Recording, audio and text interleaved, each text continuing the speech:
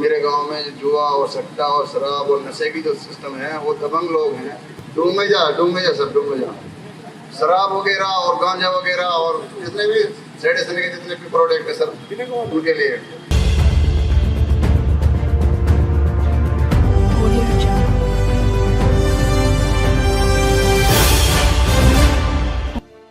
इसमें मैंने अभी पहले क्लेरिफाई किया कि इसमें कई तरह के रीजन हो सकते हैं कि भाई उस बंदे की पहले वहां वोट है और उसकी यहाँ डिस्टर्बेंस की शिनाख्त होती है, ठीक है। और इलेक्शन कमीशन ऑफ इंडिया के ही ये रोल है, उसमें हमारे पास वो लिस्ट आती है कि जो दोनों सिमिलर एंट्री हैं उनको भी समय समय पे उनको काटते रहते हैं उन वोट्स को, जो डेमोग्राफिकली सिमिलर एंट्री कहते हैं। इसका मतलब सब कुछ फेस मिलता है, नाम मिलता है, सारी चीजें मिलती हैं, तो उसको हम अपने सॉफ्टवेयर से भी कट करते रहते हैं वोट्स को। अब आज की सिचुएशन में आपको बता देता हूं कि वोट डालने का अधिकार कैसे इसमें डिफाइन होगा अभी पोलिंग डे पे, ठीक है। आपके ऑब्जेक्शन थे वो पहले का समय था, उस पर कई लेवल पे कार्रवाई हुई भी है, कई वोट पे, और कई वोट जो है वो कटी भी है। लेकिन आज की अगर बात करें तो एक बंदे के पास अधिकार ये है कि अगर उसका नाम वोटर लिस्ट में है, पोलिंग बूथ पे आता है, वहां अपना कार्ड दिखाता है, उसका लिस्ट में नाम चेक होगा, अगर उसकी आइडेंटिटी एस्टेब्लिश हो गई तो वो वोट डाल सकता है, ठीक है। जो पॉपुलेशन है वो काफी है सर, और जो वहाँ मेरे गांव में जुआ और सट्टा और शराब और नशे की जो सिस्टम है वो दबंग लोग हैं, वो गांव के लोगों को खुलकर वोट मतदान नहीं करने देते सर। तो सर मेरी आपसे विनती है, और इससे पहले एमएलए के और सरपंच डूब में जा सर, डूब में जा, और खुलेआम होम डिलीवरी कर रहे हैं सर, उसमें कोई धोखाधड़ी की बात नहीं है। आप देख सकते हैं, हम मुआयना कर सकते हैं। शराब वगैरह और गांजा वगैरह और जितने भी सेडिशन के जितने भी प्रोडक्ट है सर, उनके लिए वो थाने के अंदर रहते हैं सर गाँव। और जितने से पहले जो इलेक्शन हुए हैं सब में वो लोग हथियार के साथ घूमते हैं और लोगों पर दबाव बनाकर उनको खुली आजादी का वोट का अधिकार छीन लेते हैं सर। इससे मेरी विनती है, और वो लोग हर मौके पर हर इलेक्शन में जितने भी इलेक्शन हुए हैं सब में उनका अधिकार, झगड़े का उनके खिलाफ मुकदमा भी दर्ज है सर। मैंने उसमें एप्लीकेशन में उनका डिटेल भी डाल दिया है सर। आपसे मेरी रिक्वेस्ट है, विनती करता हूँ सर आपसे, आप हमारे गांव में ज्यादा से ज्यादा जितनी मदद हो सके, जितना इंतजाम के साथ जो वोटिंग हो सके वो इंतजाम किया जाए सर। जब भी इस तरह का कोई डाउट आता है तो प्रिजाइडिंग ऑफिसर उनको कॉल करके उनकी शिनाख्त एक कर्मचारी से करवा दें। Thank you sir.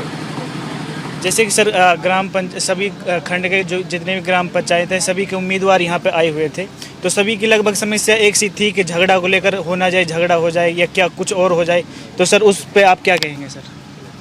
हमारे ज़िले में पंचायती राज जो चुनाव हैं वो शांतिपूर्वक तरीके से संपन्न हो सकें, इसके लिए ही आज हमने प्रत्याशियों को यहाँ बुलाया था, क्योंकि सबसे जो अहम स्टेक होल्डर्स हैं और इनकी सहभागिता भी ज़रूरी है। सो आज इनको बुलाया ताकि कोई इनके जो एप्रीहेंशन हैं या कोई भी इनकी समस्या है तो उनको सुना जा सके। एंड एक अपील इनसे की है कि इसमें कोऑर्डिनेट करें, कोऑपरेट करें, ताकि सारे मिलके एक निष्पक्ष और शांतिपूर्वक चुनाव को संपन्न कर सकें। सर उसकी पंचायत में जो झगड़े का मूल कारण होता है सर वो यही होता है कि मोहल्लावाद को लेकर, क्योंकि अक्सर करके जो चुनाव होता है मोहल्लावाद पे होता है, तो उसके बारे में क्या कहेंगे सर आप? अब इसके बारे में तो चलो वो इसके बारे में तो क्या कमेंट करें, बट ये है कि जो किसी तरह का कोई झगड़ा ना हो इसके लिए सारी जो प्रशासनिक तैयारियां की जा चुकी हैं, और हमने बहुत इसमें ड्यूटियां लगाई हैं। 72 जो हमारे ड्यूटी मजिस्ट्रेट और पुलिस पेट्रोलिंग पार्टीज हमने गठित की हैं। एंड जो ज़िले के 794 हमारे बूथ हैं उसमें से 670 बूथ जो है हमारे सेंसिटिव हाइपर सेंसिटिव हमने डिक्लेयर किए हैं, और 400 जो हमारे पोलिंग स्टेशन हैं उनमें वीडियोग्राफी कराई जाएगी।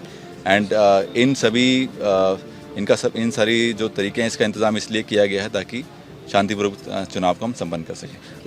हर गांव की प्रॉब्लम यही है कि उनके गांव में ज़्यादा से ज़्यादा पुलिस सुरक्षा भेजी जाए, तो आप किस तरीके से मैनेज करेंगे इसको?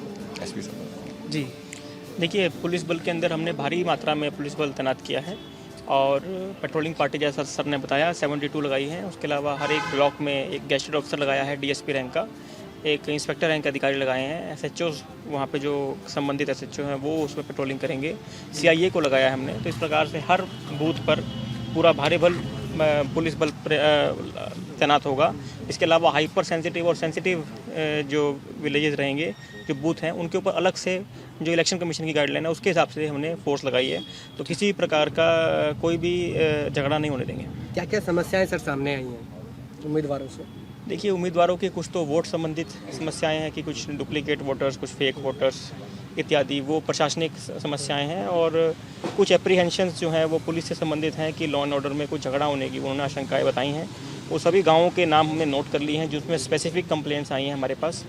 उन स्पेसिफिक कंप्लेंट्स के ऊपर हमारी पैनी नज़र रहेगी और पर्याप्त मात्रा में पुलिस बल लगाया जाएगा। सर, एक और मेन समस्या ये भी रहेगी कहीं ना कहीं, जब 30 और 2 को वोट डलना है, जो मतदाता है उनको एक चुनाव उंगली पे निशान लगाया जाता है, तो क्या फिंगर को अलर्ट किया जाएगा कि भाई एक फिंगर इस पर उस दिन लगाया जाएगा, 2 तारीख को उस दिन लगाया जाएगा?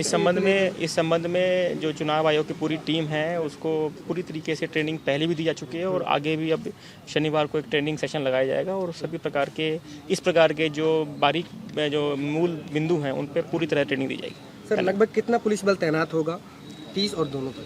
देखिए, कुल 4200 से ऊपर हमने पुलिस बल लगाया है और उसको विभिन्न, जैसे पेट्रोलिंग पार्टी और इत्यादि में मैंने बताया आपको, इस प्रकार से बूथ ड्यूटीज़ और इत्यादि में लगाया है, नाके लगाए हैं। तो पूरी तरह से हम तैयार हैं इलेक्शन। सर, आखिरी सवाल जानना चाहेंगे कि मतदाताओं को क्या क्या आईडी चाहिए वोट डालने के लिए? देखिए, ये प्रशासन से संबंधित है, इसमें वो बेहतर से बता पाएंगे। ठीक है, धन्यवाद सर।